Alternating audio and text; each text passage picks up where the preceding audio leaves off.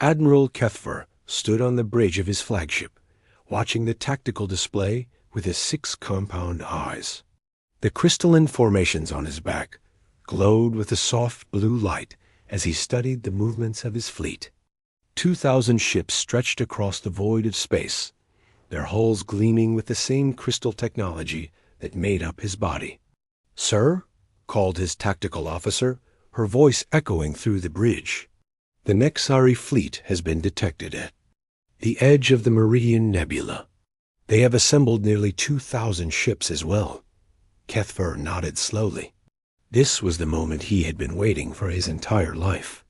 The final battle in a war that had raged for over 300 years. A war that had consumed entire star systems and killed billions of beings on both sides. "How long until we reach the battle zone?" he asked. 6 hours at current speed, sir." 6 hours until the end of everything. Kethver had been fighting the Nexari Empire since he was a young officer, and his father had fought them before him. His grandfather had died in the Battle of Zirion Prime, and his great-grandfather had witnessed the very first clash between their species. The Corvani, Republic, and the Nexari Empire had been enemies for so long that no one could remember how.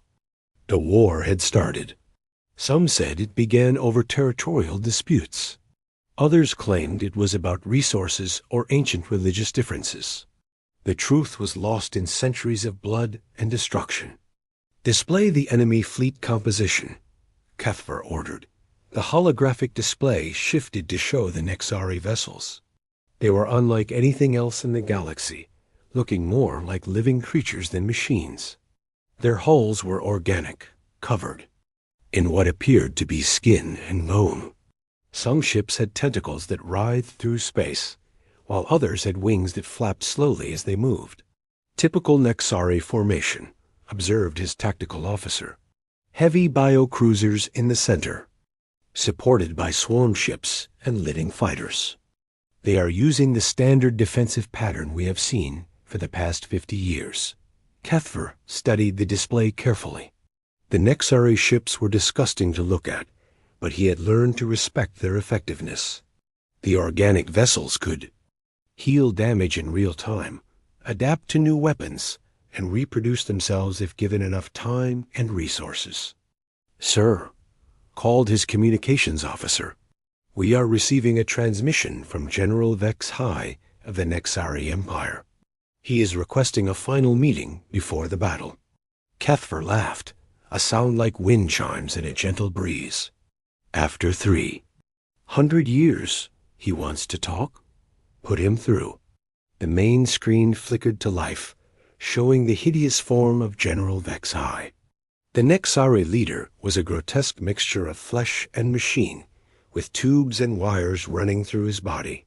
His eyes were compound lenses that reflected the light in disturbing ways. "Admiral Kethver," Vex High said, his voice a wet, gurgling sound. "We meet again at last." "General," Kethver replied coldly, "I assume you are calling to surrender your fleet and spare your people further suffering." "Surrender?" Vex High laughed, and the sound made several Corvani officers wince. "I am calling to offer you one final chance to withdraw. Your crystal ships are beautiful, but they will shatter against our living vessels just as they always have." "We shall see about that," Kethver said. "Our new weapon systems have been specifically designed to counter your biological technology. Your ships may heal, but they cannot regrow from nothing. And our new bioforms can adapt to any energy weapon you possess," Vex High countered. "Your crystals are strong, but organic matter is flexible. We have learned to bend where you can. Only break." The two commanders stared at each other across the void, representatives of species that had fought for so long they had evolved specifically to counter each other's advantages. The Corvani had developed harder crystals, more powerful energy, weapons, and stronger shields. The Nexari had created more adaptable bioforms, faster healing rates, and more resilient organic systems. "This ends today," Kethver said finally. "One way or another, this war will be over. On that, we agree, Pexai replied. When this battle is finished, there will be only one species left to claim victory. The transmission ended, leaving Kethver alone with his thoughts. He walked to the viewing port and looked out at the stars, thinking about all the worlds that had been destroyed in this endless conflict. The Corvani had once been a peaceful species, more interested in art and philosophy than warfare. The Nexari had been explorers and scientists, seeking knowledge throughout the galaxy. But 3 centuries of war had changed both species. The Corvani had become master warriors, their entire society focused on military strength and crystal technology. The Nexari had transformed themselves into living weapons, their bodies modified for combat and their ships grown rather than built. Sir, called his science officer, we are detecting some unusual energy signatures in the outer system. There appears to be a small vessel of unknown design. Kethver turned away from the viewing port. Unknown design? Could it be a new Nexari weapon? Negative. Sir, the energy patterns are unlike anything we have seen from either the Nexari or our own technology. The vessel appears to be very small, perhaps 1/10 the size of our smallest frigate. A scout ship from some other species? Kethver mused. We have heard rumors of new civilizations emerging in the Outer Rim territories. Should we investigate, sir? Kethver considered this. The final battle was only hours away, and he could not afford to be distracted by curiosities. No, whatever it is too small to matter. Focus all sensors on the Nexari fleet. I want to know their exact position and formation when we engage. The unknown vessel was quickly forgotten as the Corvani fleet prepared for battle. Weapons were charged, shields were raised, and crystal formations throughout the ships began to glow with stored energy. Every warrior on every ship knew that this was the moment they had trained for their entire lives. In the depths of space, the Nexari fleet made their own preparations. Bioforms were awakened from their dormant states, organic weapons were fed and nourished, and the living ships began to pulse with anticipation. The creatures that served as their vessels could sense the approaching battle, and they were eager to feed on the energy of their enemies. Between the 2 massive fleets, the small unknown vessel continued its lonely journey through space. Its crew watched the preparations for war with growing concern, knowing that they were about to witness the most destructive battle in galactic history. The stage was set for a confrontation that would determine the fate of 2 entire civilizations.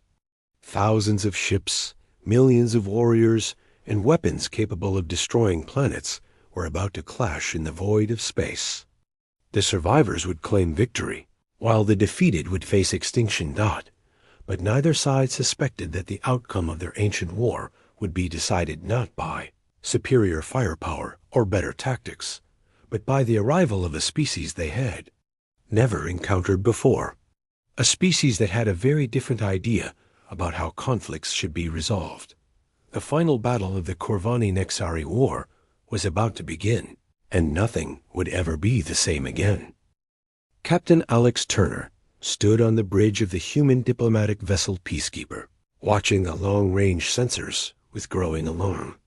The displays showed thousands of ships moving toward each other in what could only be described as the largest military formation he had ever seen. Kate, are you getting anything on the communication channels? He asked his communications officer. Kate Williams adjusted her headset and shook her head. Nothing but military chatter, sir. Both fleets are maintaining radio silence except for tactical communications. They're not interested in talking to anyone. Turner ran his hand through his brown hair, feeling the weight of responsibility on his shoulders. The Peacekeeper was a small ship with a crew of only 30 people, but it represented humanity's first attempt to make contact with the galactic community. What they had found was a war beyond anything they had imagined. Dan, give me a tactical analysis, Turner said to his science officer. Dan Martinez looked up from his instruments, his face pale. Sir, we're looking at approximately 4,000 ships total. The energy readings are off the charts. Each of those large vessels has enough firepower to destroy a small planet. Turner felt his heart sink. Earth had been monitoring radio transmissions from this part of the galaxy for several years, but they had never realized the scale of the conflict. The fragments of communication they had intercepted suggested a war, but nothing had prepared them for this. How long have they been fighting? He asked. Based on the historical data we've been able to piece together, this war has been going on for over 3 centuries, replied Martinez. These two species have been destroying each other for longer than humans have had spaceflight. Chief Engineer Lisa Thompson looked up from her station. Sir, we're detecting massive energy buildups in both fleets. They're charging their weapons for what looks like a major engagement. Turner made a decision that would change everything. Kate, open a channel to both fleets. Broadcast on all frequencies. Sir, are you sure? We don't know how they'll react to contact from an unknown species. We have to try, Turner said firmly. We can't just stand here and watch 2 civilizations destroy each other. Williams nodded and began working her controls. Channel open, sir. Broadcasting to both fleets. Turner stepped forward, knowing that his next words might be the most important of his life. This is Captain Alex Turner of the Earth vessel Peacekeeper. We are representatives of the human species, and we are here to offer our assistance in resolving this conflict. He paused, waiting for a response, but there was only silence from both fleets. We have been monitoring your communications for several years, he continued. We understand that you have been at war for a long time, but we believe that all conflicts can be resolved through peaceful negotiation. We are willing to serve as neutral mediators if both sides are interested in ending this bloodshed. Still no response. Turner could see on the tactical display that both fleets were continuing their approach toward each other, completely ignoring his transmission. Sir, called Martinez from his station, I'm detecting increased energy signatures from both fleets. They're preparing for battle.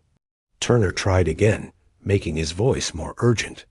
Please, both fleets, we are asking you to stop and consider what you're about to do. The destruction you are planning will accomplish nothing except the deaths of millions of beings. There has to be another way. This time, there was a response. The communication screen flickered to life, showing the crystalline features of Admiral Kethver. Unknown vessel, the Corvani commander said, his voice cold and dismissive. You are interfering in a military operation. Withdraw immediately or be destroyed. Turner felt a moment of hope. At least they were talking. Admiral, we don't want to interfere. We want to help. This war has been going on for centuries. Surely there must be a way to end it without more killing.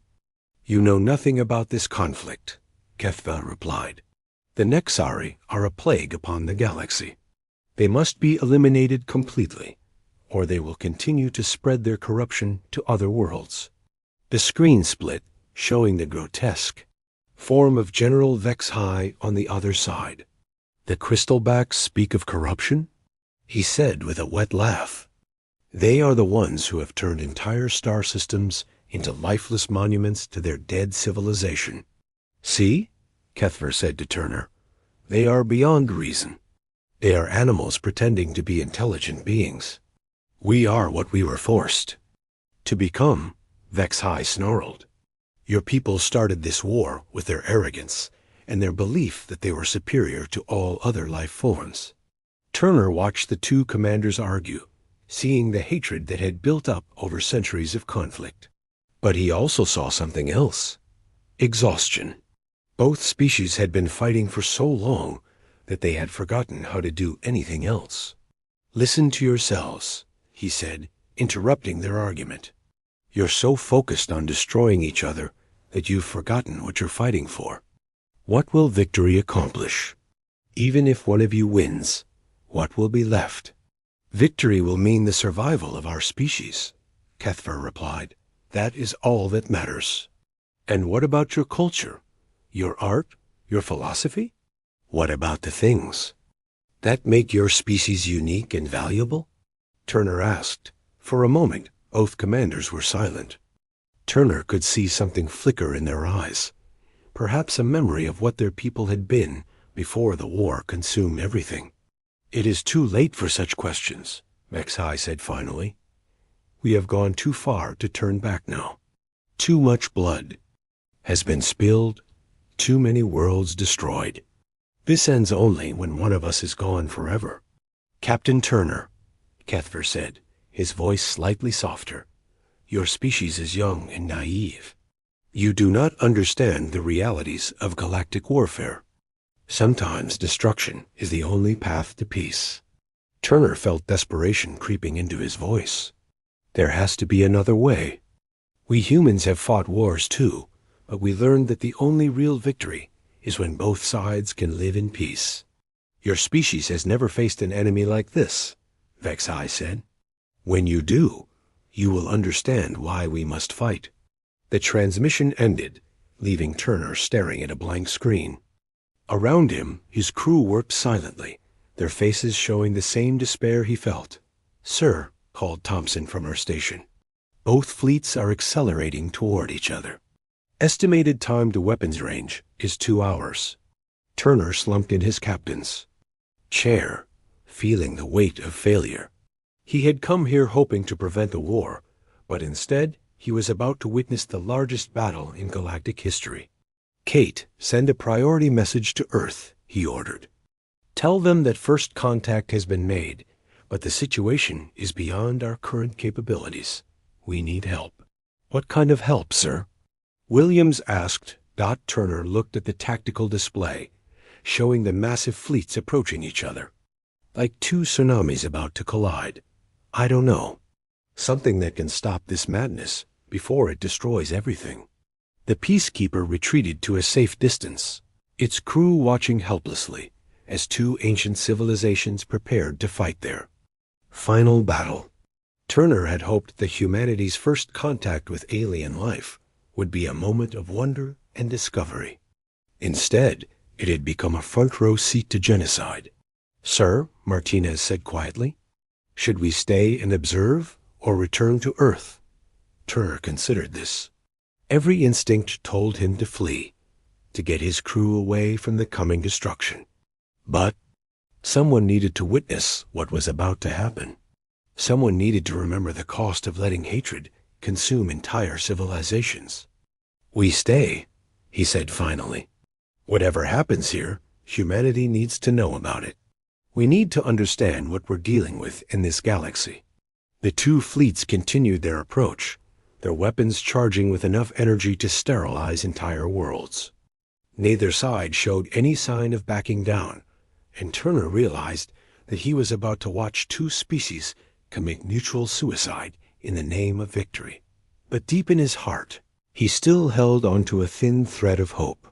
Somewhere in the vast universe, there had to be a way to stop this madness. There had to be a power that could force even the most stubborn enemies to put down their weapons and talk. He just hoped that power would arrive before it was too late.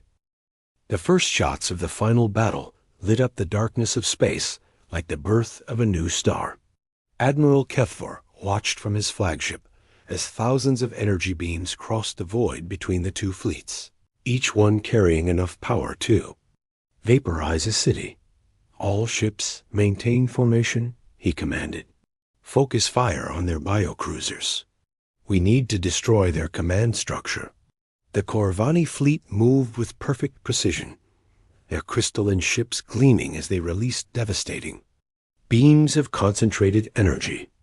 The weapons had been developed over 3 centuries of warfare, designed specifically to counter the Nexari's organic technology, but the Nexari were ready for them.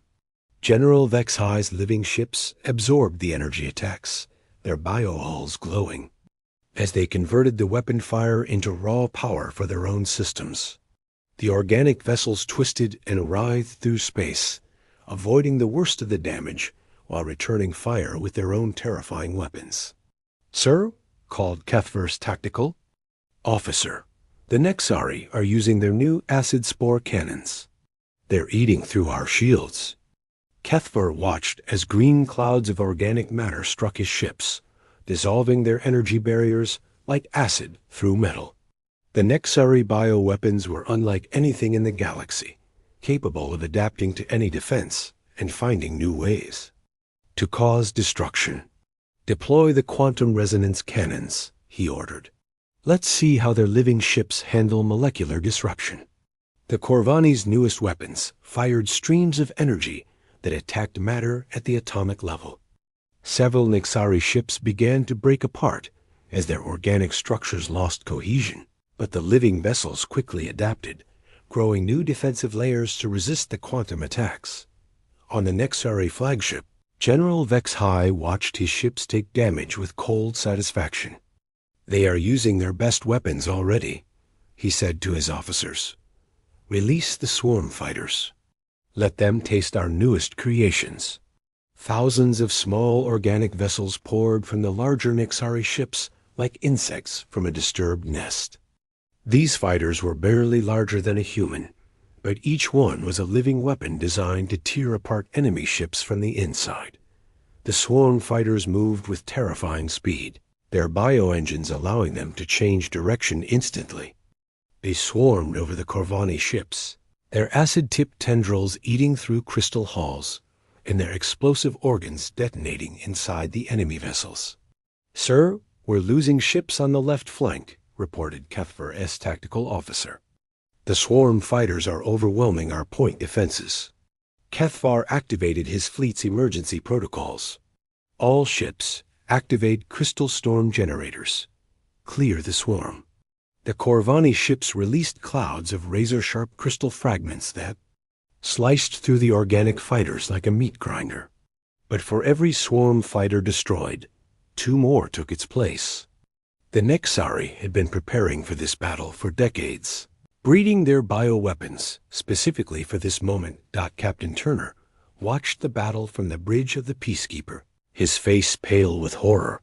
The space around the fleets had become a nightmare of energy beams, explosions, and debris. Ships on both sides were dying by the dozens, their crews vaporized in seconds. "Sir," called Dan Martinez from his science station, "I'm reading massive casualties on both sides. At this rate, both fleets will be completely destroyed within hours." Turner gripped the armrests of his chair, feeling helpless as he watched 2 civilizations tear each other apart. "Any response to our communications?" "Nothing," replied Kate Williams. "Both fleets are completely focused on the battle. They're not even acknowledging our presence." The battle raged across multiple star systems, spreading out as individual. Ship duels broke away from the main engagement. The Corvani and Nexari had been fighting each other for so long that they knew every tactic and counter-tactic. Neither side could gain a decisive advantage. "Sir," called Lisa Thompson from her engineering station, "I'm detecting some kind of new weapon being deployed by the Nexari. It's huge." On the main display, they could see a massive organic structure emerging from the center of the Nexari fleet. It was the size of a small moon, covered in writhing tentacles and pulsing with an evil green light. "What is that thing?" Turner asked. "I don't know, sir," Martinez replied, his voice shaking. "But it's generating more energy than their entire fleet combined." General Vex-High smiled as his ultimate weapon powered up. The biostructure was the result of 50 years of genetic engineering, a living weapon designed to end the war with a single devastating attack. "Target the Corvani homeworld," he commanded. "It's time to finish this once and for all." But Admiral Kethver was not defenseless. As the Nexari superweapon charged, the Corvani fleet formed a perfect crystalline formation. Their ships began to resonate with harmonic frequencies, creating a devastating weapon of their own. "All ships, prepare for Unity Protocol," Kethvar ordered. "We will show them the true power of crystalline technology." The Corvani ships merged their energy fields, creating a massive beam of pure force that could crack planets in half. The two superweapons faced each other across the void, preparing to unleash destruction on a scale the galaxy had never seen. "Sir," called Turner's tactical officer, "both weapons are charging. If they fire simultaneously, the explosion will destroy everything within 3 light years." Turner realized with horror that they were not just watching a battle anymore. They were about to witness an explosion that would eliminate both species entirely, along with any other life in the surrounding systems. "All hands, prepare for emergency jump," he ordered. "We need to get out of here before those weapons fire." But even as he gave the order, Turner knew it was too late. The Peacekeeper was too close to the battle zone, and their engines were not fast enough to escape the coming destruction. The two superweapons reached full power simultaneously.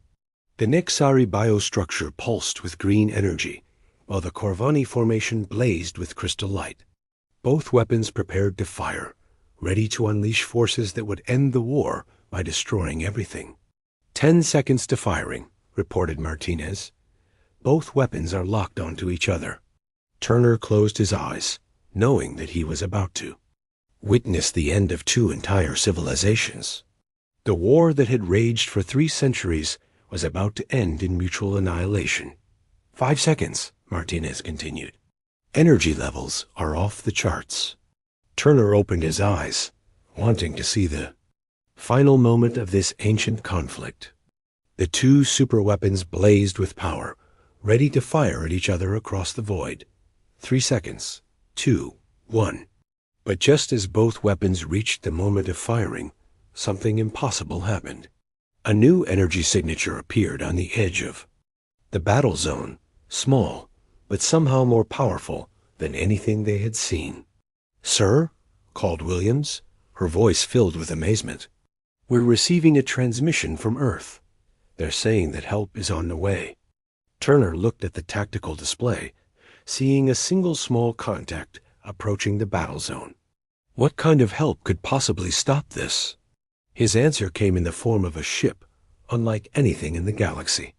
It was sleek and silver, radiating an energy field that seemed to bend space around it. As it approached the battle zone, both superweapons began to flicker and lose power. "What's happening?" Turner demanded. "I don't know, sir," Martinez replied. "But whatever that new ship is doing, it's affecting both fleets. Their weapons are losing power." The impossible was happening.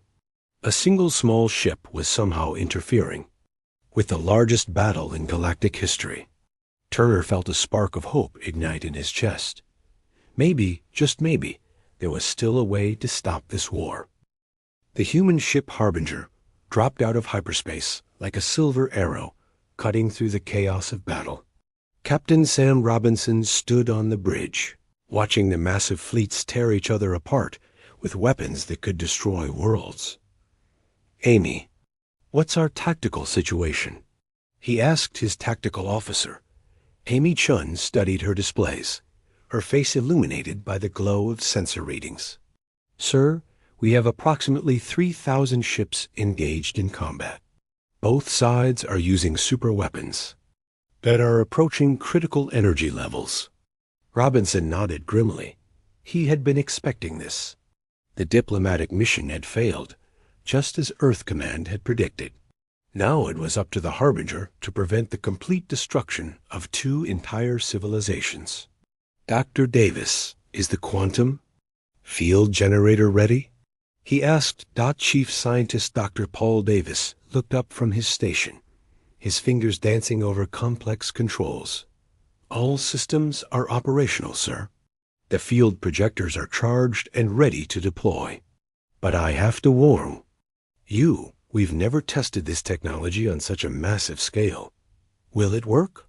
Robinson asked. "In theory, yes. The quantum field should neutralize all energy-based weapons within a 3 light-year radius. But the power requirements are enormous. We'll be drawing energy directly from the controlled singularity in our engine core. Robinson turned to his engineering specialist. Maria, can our power systems handle the load? Maria Garcia checked her readings carefully. The singularity core is stable, sir. We should be able to maintain the field for several hours if necessary. But after that, we'll need to shut down for cooling and maintenance. Several hours should be enough, Robinson said. Amy, take us into the center of the battle zone. We need to be positioned where the field will affect both fleets equally.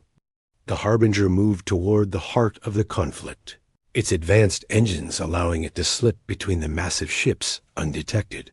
The vessel was small compared to the alien battleships, but its hull incorporated technology that made it nearly invisible to conventional sensors. Sir, called Chun from her station, I'm detecting massive energy buildups from both superweapons. They're about to fire.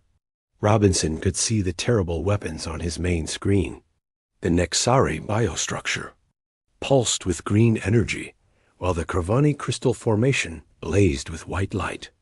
Both weapons contained enough power to sterilize entire star systems. How long until they fire? He asked. 30 seconds, sir, Chun replied. Energy levels are approaching critical mass. Robinson made his decision. Dr. Davis, activate the quantum field generator. Full power, maximum range. Sir, we haven't reached optimal position yet, Davis warned. The field might not cover the entire battle zone. Do it now, Robinson ordered. We can't wait any longer. Davis's hands flew over his controls, activating systems that represented the pinnacle of human scientific achievement. The quantum field generator had been developed in secret, using principles of physics that most species had never even imagined. Field generator online, Davis reported. Quantum cascade beginning in 3.2.1. The effect was immediate and stunning. A wave of invisible energy swept out from the Harbinger, spreading across the entire battle zone at the speed of light. As it passed through the warring fleets, something impossible happened.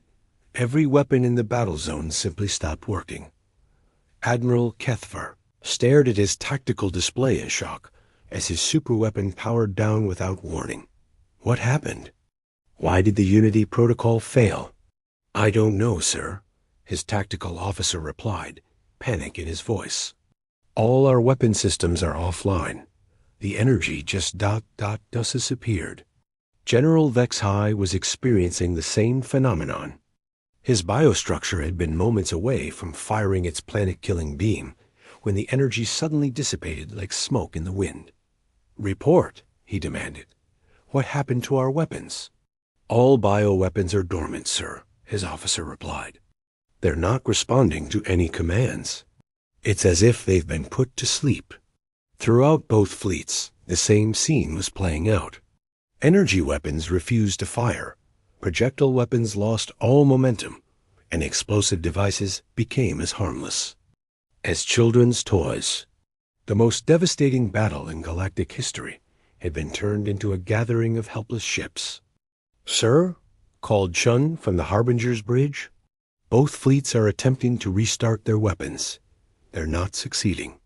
Robinson activated the communication system. Open a channel to both fleets, all frequencies. Channel open, sir, reported. The communications officer. This is Captain Sam Robinson of the Earth vessel Harbinger, he announced. Your weapons have been neutralized by quantum field technology.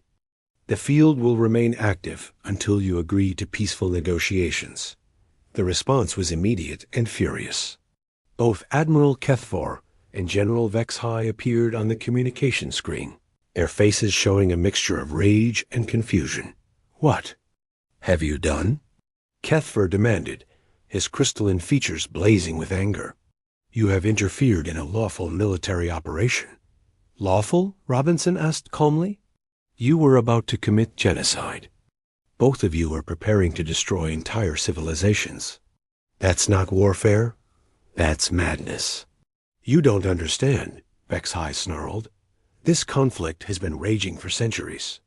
We cannot simply stop fighting because some alien species tells us to. You can, and you will, Robinson replied. The quantum field makes it impossible for you to harm each other. Your weapons are useless as long as the field remains active. How long can you maintain this field? Kethver asked, his tactical mind already working on the problem. As long as necessary, Robinson lied smoothly. He couldn't tell them about the power limitations, or they would simply wait for the field to fail. This is an act of war against both our species, Vex-High declared. When we find a way to counter your technology, we will destroy you along with our enemies. You're welcome to try, Robinson said. But first, you're going to listen to what we have to say. He gestured to Dr. Davis, who activated another system. Suddenly, the bridge of the Harbinger was filled with holographic displays showing the history of the Corvani-Nexari conflict. We've been studying your war for years, Robinson continued. We know how it started, how it escalated, and what it's cost both your species. 300 years of fighting, billions of deaths, hundreds of worlds destroyed. And for what? The displays showed images of dead planets, destroyed cities, and the gradual militarization of both species. Robinson watched as the two alien commanders stared at the evidence of their war's terrible cost. You've both forgotten what you were fighting for, he said. You've turned your entire civilizations into weapons, and now you don't know how to be anything else. The Nexari started this war, Kethvar said, but his voice lacked conviction. The Corvani were the aggressors, Vex-High countered, but he sounded equally uncertain. It doesn't matter who started it, Robinson said firmly. What matters is that you're both about to finish it by destroying yourselves. Is that really what you want? Is mutual annihilation worth preserving your pride? Both commanders fell silent, staring at the holographic displays that showed the true cost of their endless war. For the first time in centuries, they were forced to confront the reality of what they had become. The field will remain active, Robinson continued, until you agree to meaningful peace negotiations. You can sit here forever, unable to harm each other, or you can begin the process of ending this war. And if we refuse? Kethver asked. Then you'll spend the rest of your lives floating in space, watching your people slowly starve as your supply. Lines fail. The choice is yours. Robinson cut the transmission, leaving both alien commanders to consider their options. Around him, his crew monitored the quantum field, making sure it remained stable and effective. Sir, called Davis from his station. The field is holding steady. Both fleets are completely neutralized. Good, Robinson replied. Now we wait and see if they're smart enough to choose peace over pride. Outside the Harbinger, 4,000 warships drifted helplessly in space, their crews struggling to understand what had happened to them. The most powerful weapons in the AO galaxy had been turned into harmless decorations by a single small ship from a species they had barely noticed. The age of Corvani-Nexari warfare was over. The question now was whether either species would be wise enough to accept that fact. For 6 hours, the two massive fleets drifted in space like sleeping giants. Admiral Kethvar paced his bridge, his crystalline form reflecting the dim emergency lighting. Every few minutes, his crew tried to restart their weapons, but the quantum field made their efforts useless. Sir, called his tactical officer, we've tried everything. The field is too strong.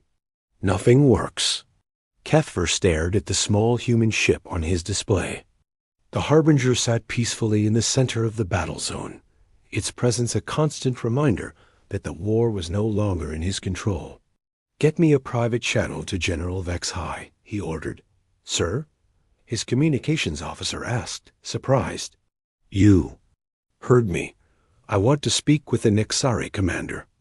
On the Nexari flagship, General Vex-High was dealing with his own frustrations. His bioweapons had gone completely dormant, refusing to respond to any commands. The living ships themselves seemed confused, unable to understand why they could no longer fight. General, called his communications officer. We're receiving a transmission from the Corvani flagship. Admiral Keffer wishes to speak with you privately. Vex High considered this. In 300 years of warfare, he had never had a private conversation with a Corvani commander. But then again, he had never been completely helpless before either. Put him through, he said. The screen flickered, showing Cathvar's crystalline features. For a moment, the two ancient enemies stared at each other across the void. General, Cathvar said finally, I believe we need to talk. About what? Vex High asked suspiciously. About the fact that we're both trapped here until we agree to negotiate with these humans. About the fact that our fleets are sitting here helpless while our people wait for. Used to return home. Vex High was quiet for a long moment. What are you proposing? I'm proposing that we listen to what the humans have to say. Not because we want to, but because we have no choice. You would trust them? I don't trust anyone, Kethver replied. But I trust that they want something from us, and that gives us room to negotiate. Meanwhile, Captain Robinson was meeting with his senior staff in the Harbinger's conference room. The quantum field was holding steady, but he knew they couldn't maintain it forever. Sir, said Dr. Davis, we're at about 60% power. The field is stable, but we'll need to shut down for maintenance in another 12 hours. Will that be enough time? Robinson asked. It'll have to be, replied Operations Officer Helen Martinez. We've prepared a detailed peace proposal based on our analysis of both species. If they're willing to negotiate, we can have a basic framework in place within hours.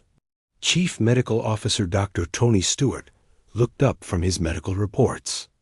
Sir, I've been analyzing the casualty reports from both fleets. They've lost nearly 40% of their forces in just a few hours of fighting. If we hadn't intervened, both species would have been extinct by now. Robinson nodded grimly. That's exactly why we're here. Amy, any signs that either fleet is willing to talk?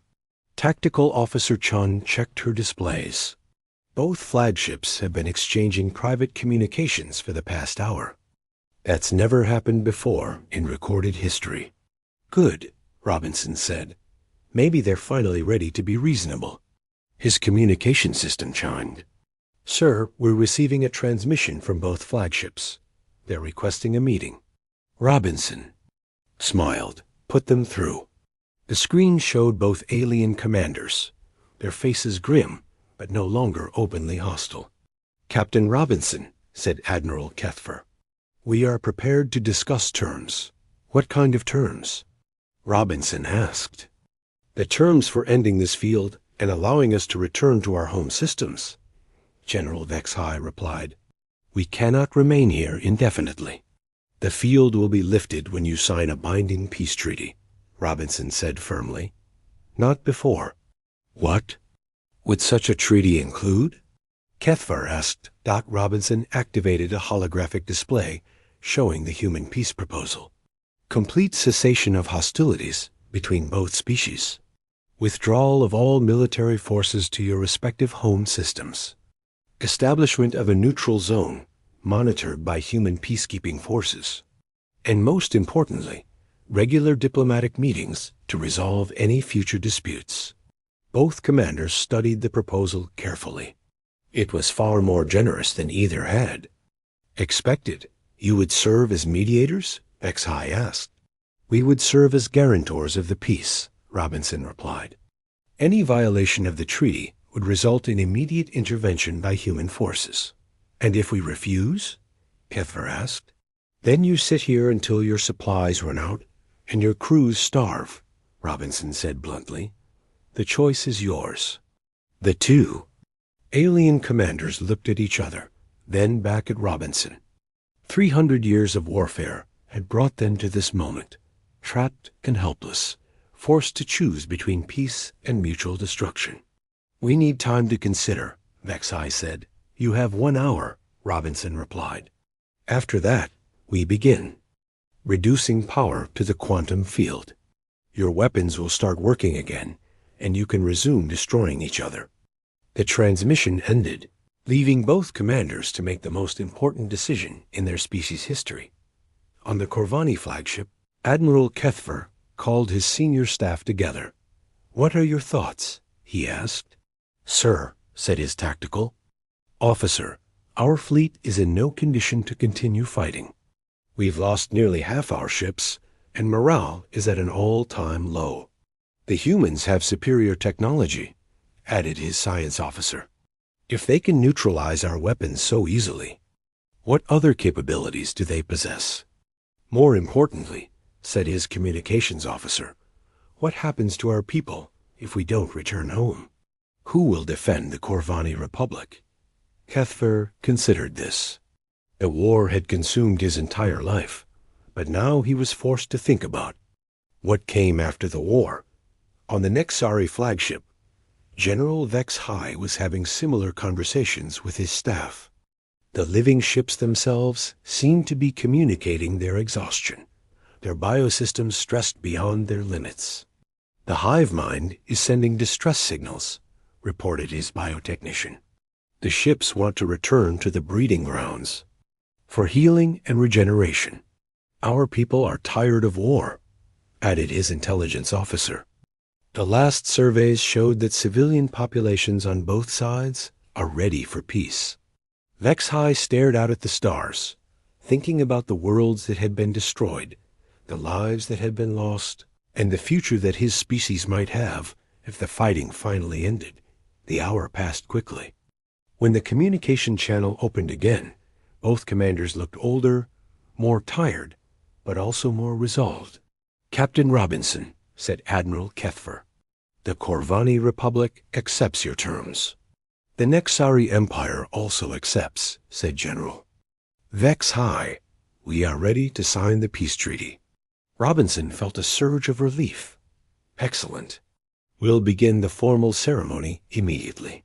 Within hours, representatives from both fleets were aboard the Harbinger, signing the most important document in galactic history.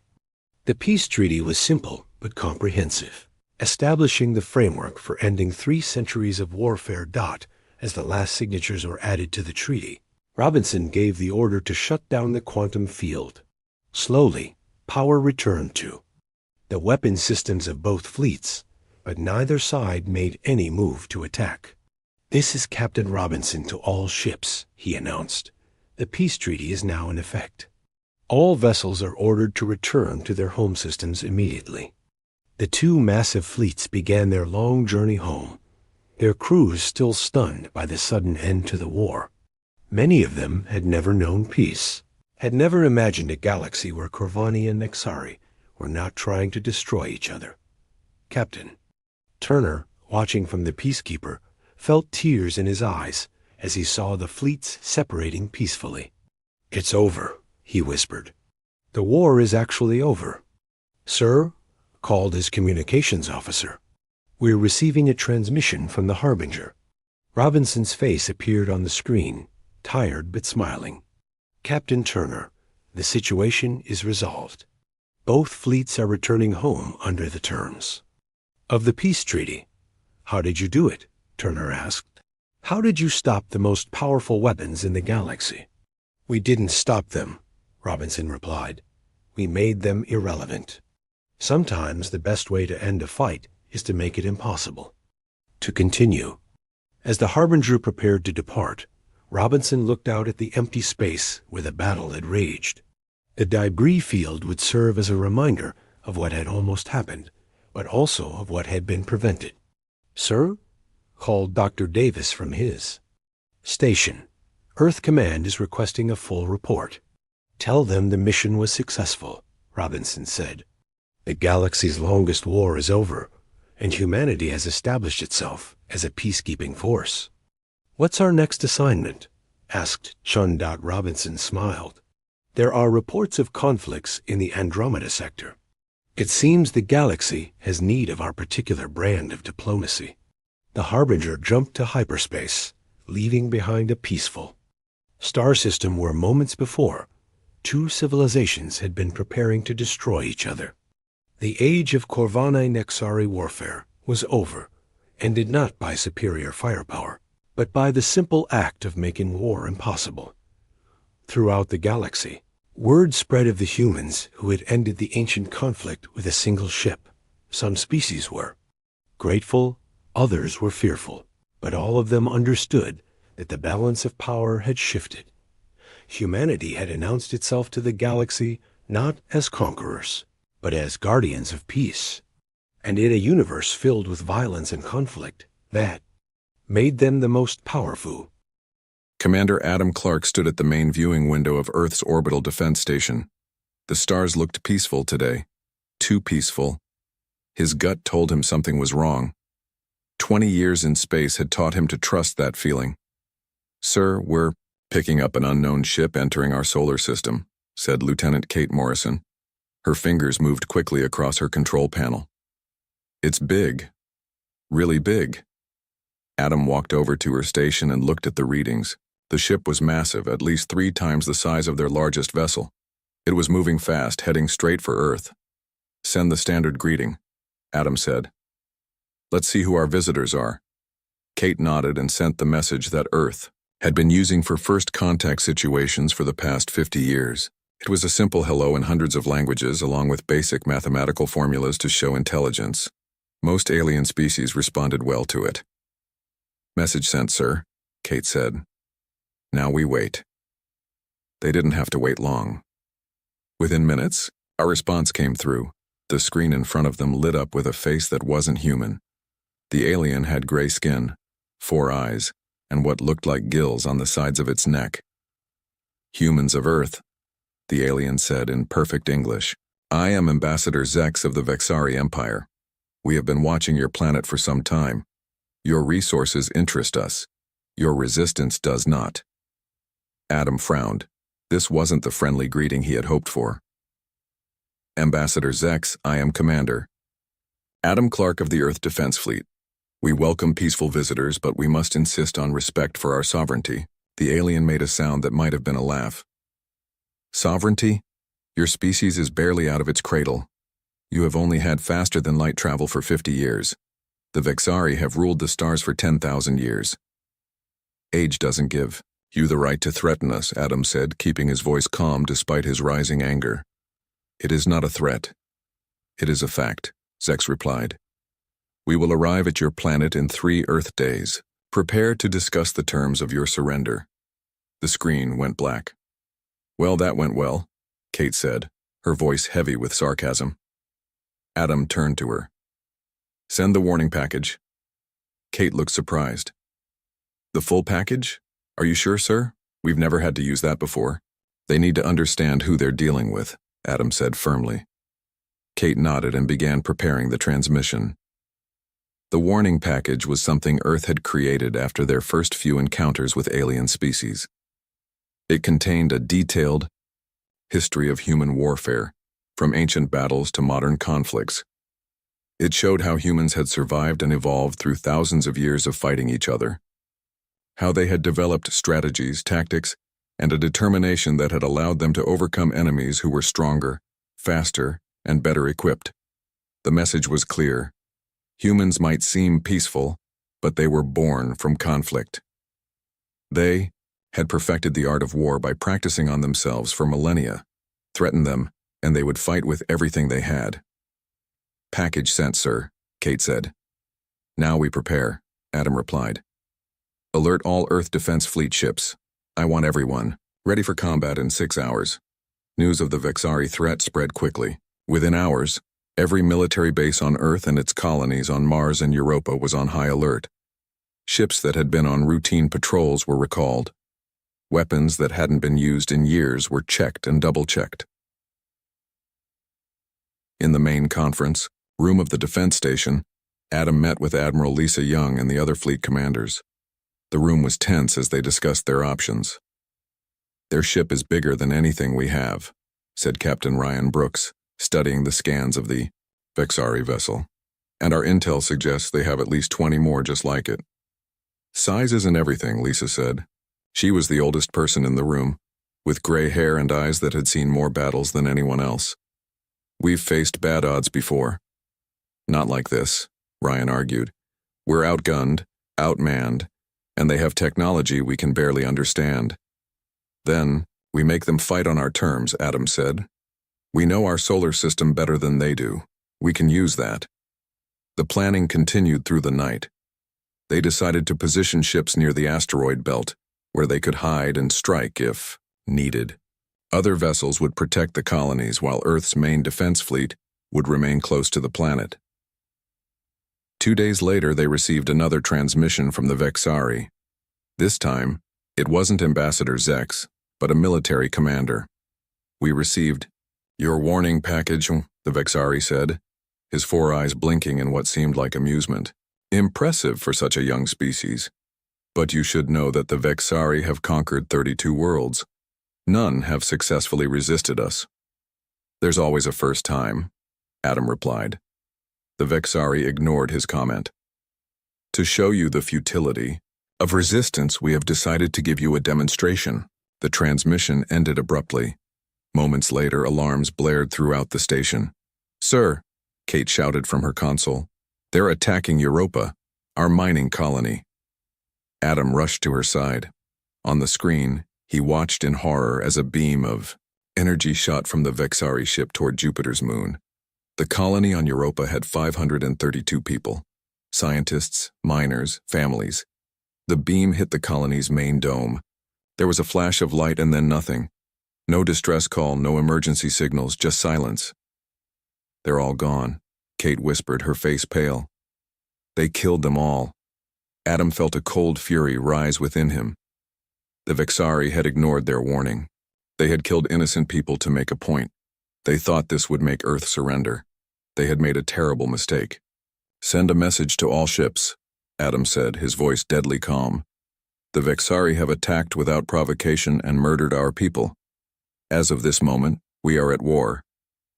Admiral Lisa Young stepped forward, her face grim but determined. They ignored our warning, she said. Now they'll learn what humans do to those who threaten our people. Prepare all ships, Adam ordered. The Vexari think they know war. We're going to show them what it really means when humans fight back. Outside the window, Earth's defense fleet began to move. The hunters were becoming the hunted, and the Vexari would soon learn why they should have heeded humanity's warning. The Vexari High Commander Vextul stood on the bridge of his massive ship, looking at the images of the destroyed human colony on Europa. He felt pleased with himself. The demonstration had gone perfectly. Now these primitive humans would understand their place in the galaxy. The humans will contact us soon to surrender, Vextul said to his second-in-command. They are emotional creatures. They will not risk more deaths. Yes, Commander, said Sub-Commander Zoc with a bow of his 4-eyed head. Our intelligence suggests they are weak and disorganized. They have never faced a true spacefaring empire before. Vextul looked at the display showing Earth ships. They were small compared to Vexari vessels, with simple designs and what appeared to be basic weapons. The Vexari had conquered 3 other young civilizations this way. A show of force followed by surrender, followed by the slow draining of the planet's resources. Their ships are moving, said the sensor operator suddenly. Vextul frowned and looked at the display again. The human ships were indeed moving, but not toward the Vexari fleet as he expected. Instead, they were spreading out, heading in different directions. They flee before our might, Zoc said with a laugh. Perhaps, Vextul replied, but something felt wrong. Track their movements. I want to know where each ship goes. But tracking the human ships proved harder than expected. One by one, the dots representing Earth vessels began to disappear from their sensors. What is happening? Vextul demanded.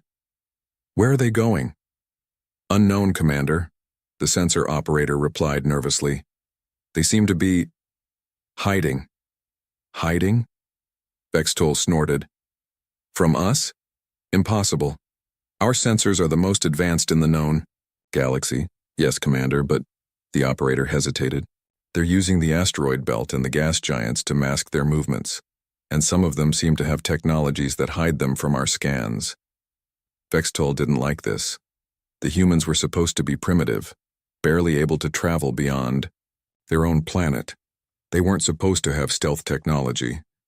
It doesn't matter, he said finally. They cannot hide forever. We will proceed with our plan. Prepare to move toward Earth. They will not sacrifice their home planet. Meanwhile, Captain Diane Powell of the human stealth ship Nightshade floated silently near Jupiter, watching the Vexari main fleet. Her ship was running on minimal power, making it nearly invisible to Vexari sensors. They don't know we're here, she whispered to her crew. Keep recording everything. Every scan, every communication, every movement. Her communications. Officer Sam Rodriguez nodded as he worked his console. Their communications are strange, Captain. They use a kind of quantum frequency we've never seen before. Can you crack it? Diane asked. Sam grinned. Already working on it. Give me a few more hours. Diane turned to her tactical officer, Eric Winters. What about their weapons and shields? They use some kind of energy shield that pulses, Eric replied. It's strong, but it has a pattern. It weakens for about 0.03 seconds between pulses. Not much time, but maybe enough. Good work, Diane said. Keep gathering data and prepare the quantum beacon. We need to send this back to Fleet Command. All across the solar system, similar scenes played out. Human ships had gone dark, hiding in places the Vexari didn't think to look. Some hid inside the rings of Saturn. Others drifted in the shadow of large asteroids. A few brave crews even took their ships into the upper atmospheres of gas giants, where the dense gases blocked Vexari sensors. Each ship had a mission: learn everything possible about the enemy. Their strengths, their weaknesses, their patterns. At Earth's Fleet Command, Admiral Lisa Young stood before a large table that showed a 3D map of the solar system. As data came in from the hidden ships, the map updated, showing Vexari positions and movements. They're spreading themselves too thin, she observed. They've never faced an enemy that didn't either attack head-on or surrender immediately. They think we're running scared, Adam Clark said. He had been called back from his station to help plan the counterattack. They don't understand humans at all. Chief Strategist Kyle Nelson pointed to several spots on the map. They've established bases here, here, and here, mostly on moons. They've also set up supply lines from their main fleet to these bases. Supply lines can be cut, Lisa said with a grim smile. What about their defenses? We're getting good data on that, Kyle replied. Their shields are strong but have a pulse, pattern with a small gap. Their sensors can't penetrate dense asteroid fields or gas giant atmospheres, and most importantly, they're arrogant. They don't expect us to fight back effectively. Lisa turned to the room full of officers. Then we'll show them how wrong they are. Here's the plan. We hit them hard, we hit them fast, and we disappear before they can respond. No direct confrontations, no large battles. Just quick, surgical strikes. Guerrilla warfare in space, Adam said with a nod. We've practiced these tactics for years, training for the day we might face a technologically superior enemy. That day has come, Lisa replied, and the Vexari are about to learn why they should have taken our warning seriously. The plan came together quickly. The first targets would be Vexari outposts on Titan and several asteroids. Small, fast human ships would strike simultaneously, taking out communications first, then weapons, then propulsion systems. No survivors would be left to tell what happened. Back on the Vexari command ship, Vextool was growing frustrated. It had been 3 days since the attack on Europa, and the humans had not surrendered. Most of their ships remained hidden, and Earth itself had gone silent, ignoring all Vexari communications. This is not how conquest usually proceed, he complained to Zoc. By now they should be begging for terms. Perhaps we should give them another demonstration, Zoc suggested. Target one of their Mars colonies next. Vextol considered this. Yes. Prepare the main weapon. We'll show them that hiding is... An alarm cut him off. Then another. And another. Commander, the sensor operator shouted. We're detecting multiple energy signatures near Titan. Our outpost is under attack. Vextol rushed to the display. What he saw made no sense. Human ships had appeared out of nowhere surrounding the Titan outpost. But not just there. Reports were coming in of simultaneous attacks on 5 other Vexari positions. How is this possible? He demanded. Where did they come from? Why didn't we detect them? No one had an answer. All they could do was watch as, one by one, their outposts went dark. The humans had begun their hunt. Colonel Jack Howard watched through the view screen as his squad of 10 small attack ships approached the Vexari outpost on Titan. The orange moon of Saturn made a perfect backdrop for their mission. His ship, the Shadow Strike, led the formation. All ships were running silent, their special hulls absorbing the Vexari sensor signals rather than reflecting them. 30 seconds to target, his pilot said quietly, as if the Vexari might hear them through the vacuum of space. Jack nodded and opened the squad channel. Remember the plan. Hit their communication array first, then their weapons, then their engines. Quick, clean, and silent. For Europa. For Europa, came the solemn reply from the other 9 captains. The outpost grew larger on their screens. It was a curved structure built into the rocky surface of Titan, with tall towers reaching up toward space. The Vexari had built it in just 3 days using technology humans hadn't mastered yet. But that wouldn't save them. Now, Jack ordered. All 10 ships accelerated at once, emerging from their hiding places among Titan's methane clouds. Before the Vexari knew what was happening, Jack's ship fired the first shot. They didn't use energy weapons like the Vexari might expect. Instead, they fired specially designed tungsten rods, accelerated to near light speed. These simple projectiles passed right through the Vexari shields, which had been designed to stop energy weapons. The rod hit the main communication tower, shearing it off at the base.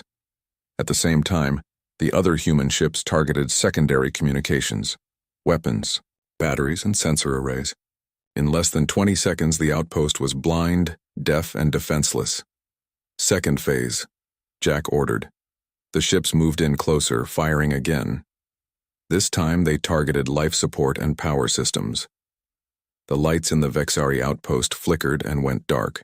Emergency systems kicked in, casting a red glow over the structure. They're trying to send a distress signal, reported Jack's communications officer.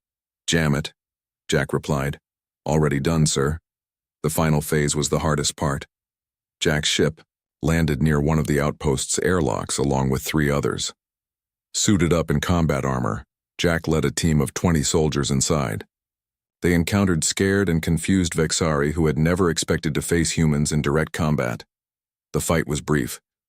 The Vexari were not prepared for close-quarters battle. Within 15 minutes, the outpost was secure.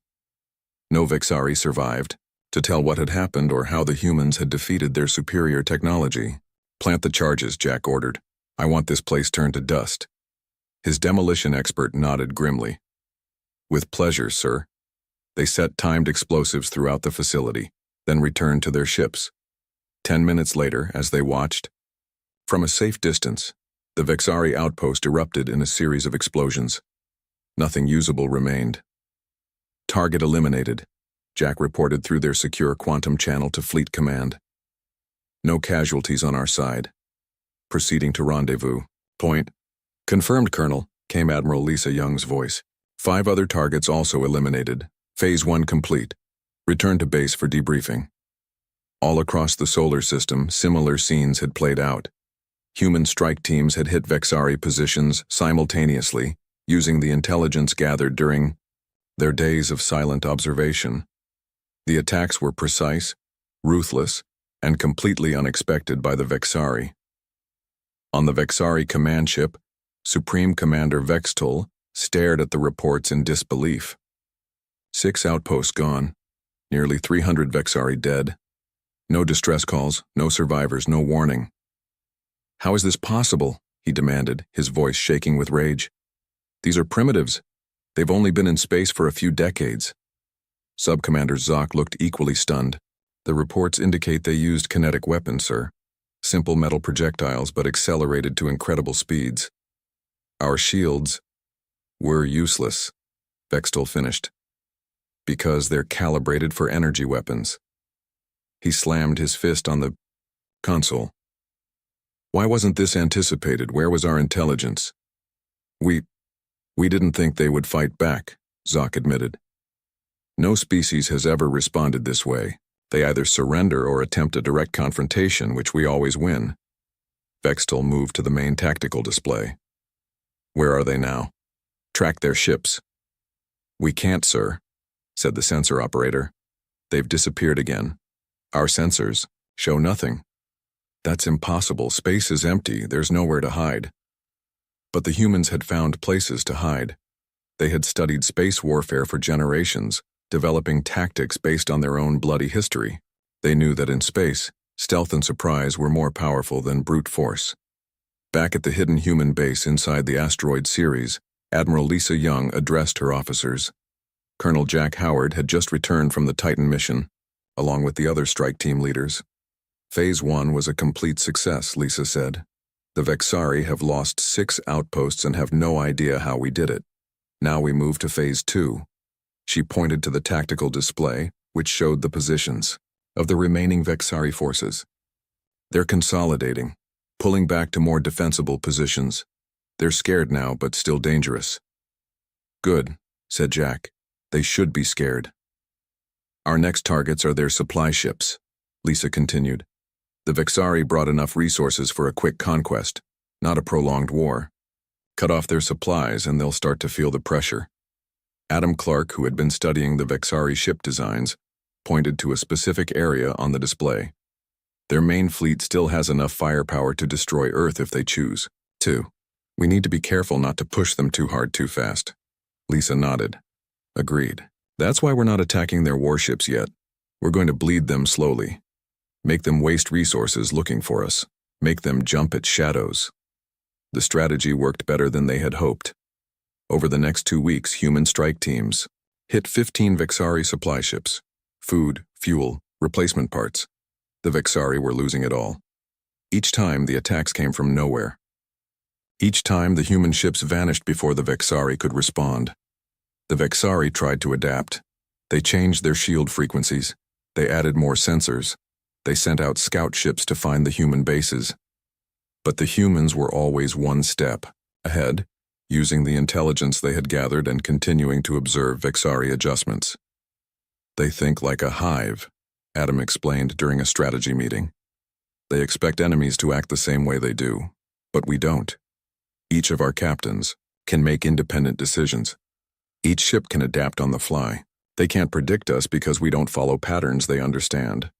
And that, said Lisa with a grim smile, is why they're going to lose. On his command ship, Vextel was reaching the same conclusion. We underestimated them, he admitted, to his council of war. They're not primitives, they're predators, and somehow we've become their prey. We should withdraw, suggested one of his officers. Return with a larger fleet. No, Vextel said firmly. If we show weakness, they will pursue us. We must change our approach. If they want to hunt, we will set a trap for the hunters. But even as he spoke, 3 more Vexari ships reported they were under attack. The humans were relentless. They had not forgotten Europa, and they were just getting started. 3 months had passed since the destruction of the Europa colony. The solar system had become a hunting ground where humans were the predators and the Vexari the prey. The once mighty alien fleet was reduced to a defensive circle around their main command ship. Captain Diane Powell of the stealth ship Nightshade watched from her hiding place near Mars as another Vexari supply vessel limped toward the main fleet. Her crew had been tracking it for days. They're getting desperate, said Sam Rodriguez, her communications officer. Listen to this. He played an intercepted Vexari transmission. Over the past weeks, they had fully cracked the Vexari communication codes, giving humans complete access to enemy plans and reports.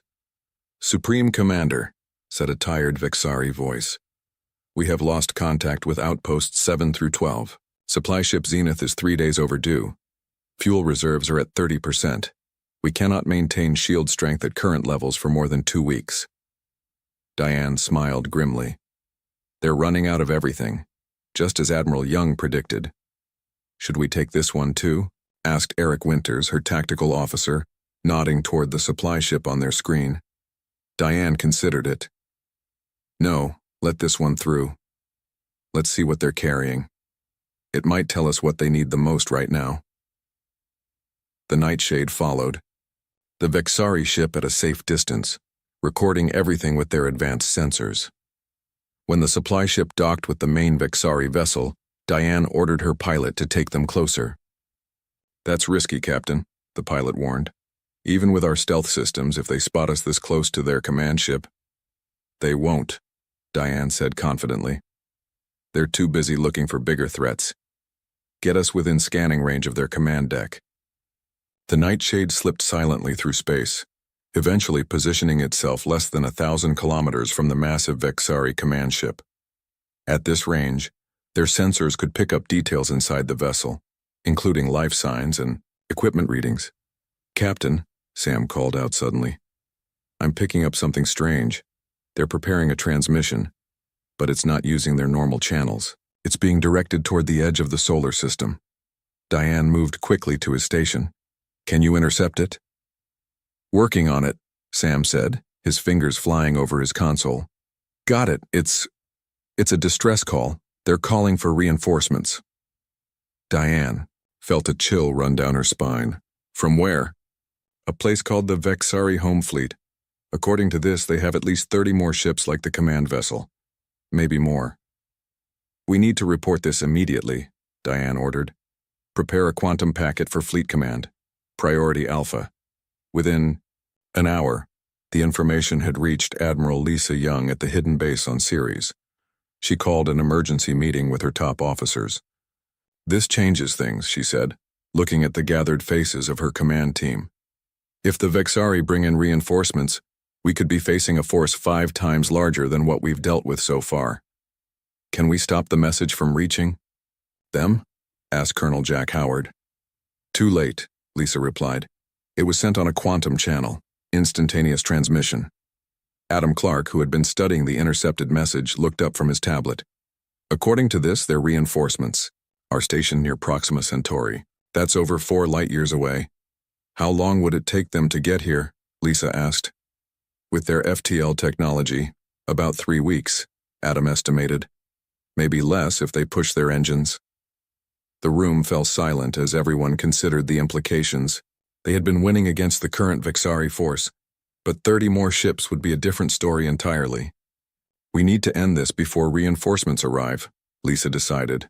"We need to take out their command ship." "That won't be easy," Jack pointed out.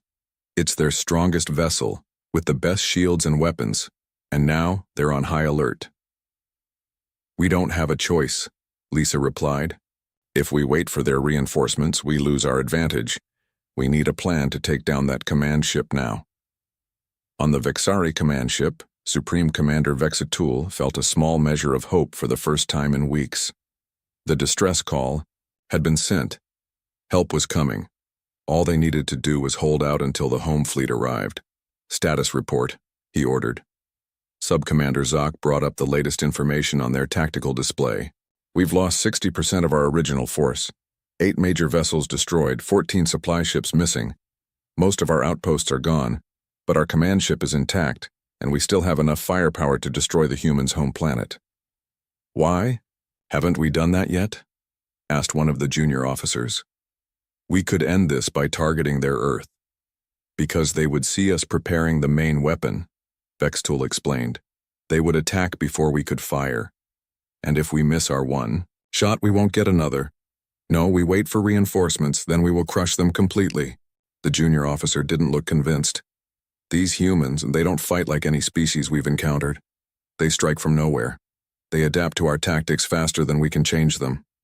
It's like they've done this before." "They have," Zoc said quietly. "Remember their warning package? They've been fighting wars against themselves for thousands of years.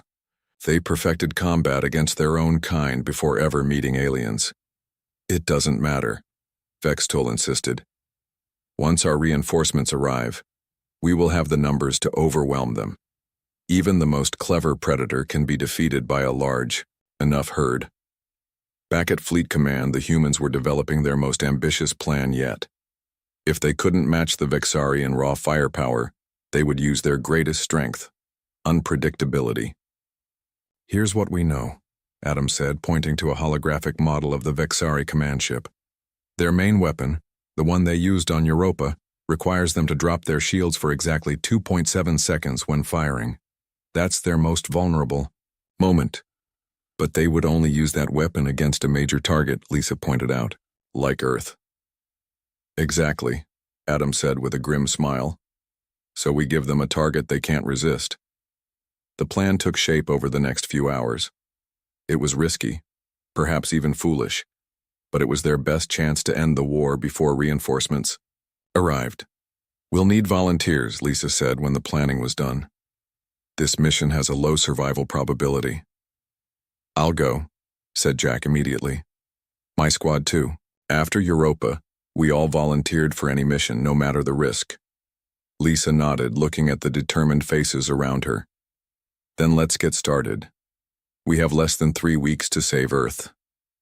Meanwhile, Captain Diane Powell and the Nightshade had been given a different mission. They would not participate in the attack on the command ship. Instead, they would follow the Vexari distress signal back to its source. "You want us to go to Proxima Centauri?" Diane asked when she received her orders. "Yes," Lisa confirmed via secure channel. "If our attack fails, we need to know what we're facing. How many ships, what types, where are they based? You're our best stealth vessel. You can get close without being detected." Diane understood the implications. This was a long-term mission, possibly one way. "We'll need to leave immediately to get there and back in time." "I know," Lisa said. "Good luck, Captain. The fate of Earth may depend on what you discover." As the Nightshade prepared to leave the solar system, the rest of the human fleet began gathering for what might be their final battle against the Vexari. Neither side knew it yet, but the next few days would determine the future of both species. The day of the final battle arrived. 100 small human ships gathered in the shadow of Mars, hidden from Vexari sensors. These weren't their largest or most powerful vessels. Those remained protecting Earth. These were the fastest and most maneuverable ships in the fleet, chosen specifically for this mission. Colonel Jack Howard stood aboard the lead ship, now renamed Europa's Vengeance in honor of the destroyed colony. Around him, his crew made final preparations. Each person moved with quiet determination. They all knew what was at stake. "All ships report ready, Colonel," said his communications officer. Jack nodded and opened a channel to all vessels. "This is Colonel Howard. Today we end this war. The Vexari came to our system believing we would surrender or die. They ignored our warning. They murdered our people. Now they will learn the price of that mistake." He paused, looking at the faces of his crew. "Some of us won't return from this mission, but because of your sacrifice, Earth will survive. Humanity will survive. Remember your training. Remember the plan. And remember Europa." "Remember Europa," came the solemn reply from all ships. Jack turned to his pilot. "Signal Admiral Young. Operation Trojan is a go." Across the solar system, Admiral Lisa Young received the message at Fleet Command. "All right, people, this is it. Launch the bait." At her command, a single large vessel emerged from behind Earth. It was the Defender, one of humanity's largest ships, but it was no longer a warship. It had been gutted, its weapons and most of its crew removed. In their place were powerful engines and one very special passenger, Adam Clark. Adam sat in the modified bridge of the Defender, alone, except for a small emergency crew in sealed compartments. The ship had been rigged to look like Earth's flagship, the pride of their fleet. In reality, it was now little more than a shell, designed for one purpose: to attract the Vexari's attention. Defender launched and on course, Adam reported, heading directly for the Vexari command ship at full speed. "Good luck, Adam," Lisa replied. "You know what to do." On the Vexari command ship, alarms sounded as sensors detected the approaching human vessel. "Supreme Commander," called the sensor operator, "a large human ship has left Earth's orbit and is heading straight for us." Vextol rushed to the tactical display. "Is it armed?" "Yes, sir." Our readings indicate heavy weapons. It appears to be their main battle cruiser.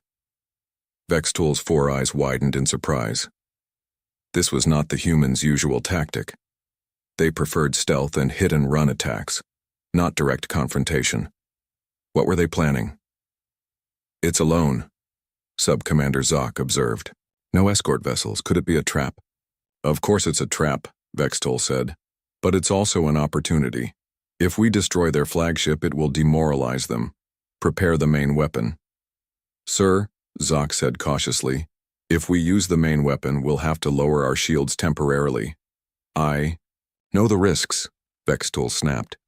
But our reinforcements will arrive soon. This may be our chance to turn the tide of this war, charge the main weapon and target that ship. As the Defender continued its approach, Adam watched the Vexari command ship grow larger on his screen. His sensors indicated they were charging their planet killer weapon, just as planned. Everything depended on timing now. They've taken the bait, he reported to Fleet Command. Main weapon charging, estimate firing in 3 minutes. All strike teams prepare for Phase 2, Lisa ordered. Hidden behind Mars, Jack Howard and his fleet began to move. They accelerated to full speed, but not toward the Vexari command ship. Instead, they headed in the opposite direction, using Mars to keep them hidden from Vexari sensors. On the Vexari command ship, all attention was focused on the approaching human vessel and the charging main weapon. Weapon at 90%, reported the weapons officer. Ready to fire in 2 minutes. The human ship is not changing course, said the sensor operator. They continue to approach at high speed.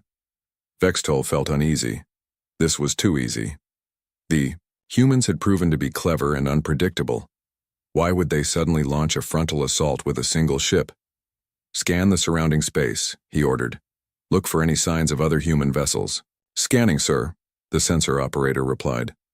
Nothing detected within range. Of course, the operator was looking in the wrong direction. Jack Howard's fleet had circled around Mars and was now approaching the Vexari command ship from behind, using the red planet to shield them from detection until the last possible moment. Weapon at 100%, announced the weapons officer. Ready to fire. Vexatul hesitated, still suspicious of the humans' plan, but the target was too tempting to ignore. Lower shields and fire, he ordered. For exactly 2.7 seconds, the mighty shields of the Vexari command ship dropped as energy was diverted to the main weapon. A brilliant beam of destructive power shot out, heading straight for the Defender. At that exact moment, Adam Clark initiated the final phase of the plan. The Defender split apart, breaking into 3 separate sections that scattered in different directions. The Vexari beam passed harmlessly between them, missing all 3 pieces. Now! Jack Howard shouted as his fleet of 100 ships emerged from behind Mars, racing toward the Vexari command ship at maximum speed. With its shields down and main weapon discharging, the massive alien vessel was momentarily vulnerable. On the Vexari bridge, chaos erupted. The human ship broke apart, shouted the weapons officer. Multiple contacts, screamed the sensor operator. 100 human vessels approaching from Sector 7. Raise shields, Vextol ordered, but it was too late. The human ships swarmed. The command vessel like angry bees targeting specific weak points identified during months of observation. They fired their tungsten rods with precision, aiming for weapon emplacements, sensor arrays, and engine ports. The Vexari shields began to rise, but not before 50 critical systems had been damaged or destroyed. The command ship shuddered as explosions rippled across its surface. Return fire, Vextol commanded, his voice shaking with rage. The Vexari weapons that still functioned began firing at the human ships. Some found their targets, destroying 10, then 20 human vessels. But the humans had expected losses. They continued their attack, diving close to the command ship's hull where the massive Vexari weapons couldn't target them effectively. Jack Howard's ship took a glancing hit, sending him sprawling across the bridge. Status, he called out as he pulled himself back to his seat. Hull breach on Deck 3, reported his damage control officer. Sealed. Weapons still operational. Target their main bridge, Jack ordered. All remaining ships, Focus fire on Sector 462. The human attack intensified. Though they had now lost 30 ships, the remaining vessels concentrated their fire on the Vexari bridge section. The alien shields flickered and failed under the onslaught. On the Vexari bridge, systems were failing all around Vextol. "How is this possible?" he demanded, as another explosion rocked the ship. "They're just primitives." "Sir," Zoc said, his voice suddenly calm. "I believe we made a mistake. They're not primitives, they're survivors. And they have survived because they are more ruthless and determined than any species we have ever encountered." As if to punctuate his words, the bridge ceiling collapsed as a tungsten rod punched through it. The last thing Supreme Commander Vextol saw was a piece of his own ship falling toward him. After 4 hours of intense fighting, it was over. The Vexari command ship had been destroyed, along with most of their remaining fleet. Only 3 Vexari vessels survived, and they promptly surrendered. Human losses were heavy, 65 ships and over 200 crew members. But Earth was safe. The war was won. 2 weeks later, Captain Diane Powell and the Nightshade returned from Proxima Centauri with shocking news. There was no Vexari home fleet. The distress call had been a bluff, a desperate attempt to buy time. The Vexari had committed their main forces to the Earth invasion, never expecting serious resistance. In the years that followed, humanity expanded into space with new caution and new resolve. They established outposts on the edge of their solar system, with powerful sensors always watching for approaching ships. And with every new alien species they encountered, they shared their history and their warning. "We prefer peace. We excel at war. The choice is yours." Most chose wisely.